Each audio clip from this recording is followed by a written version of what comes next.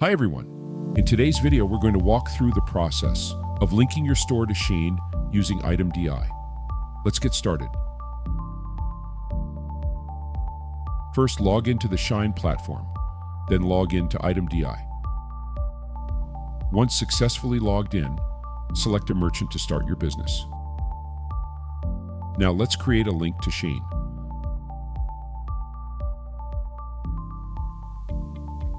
Click on Sales Channel. Click New Channel.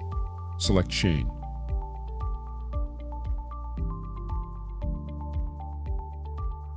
Give your store a name.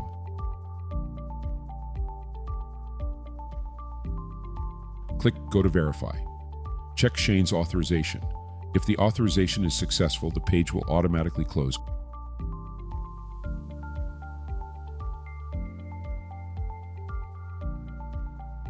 Click the Test Connection button.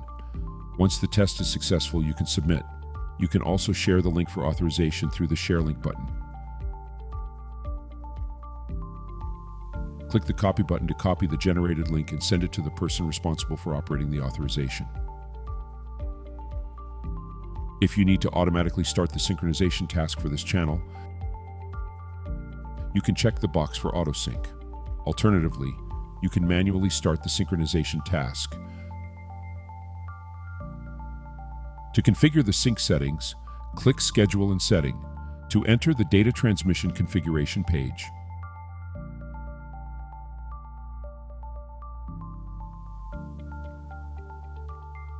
We currently support downloading orders, syncing outbound information, and syncing inventory to Shein.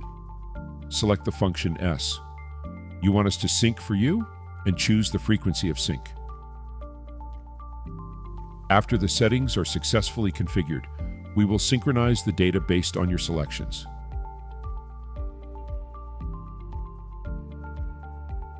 And that's how you link your store to Shein using Item DI.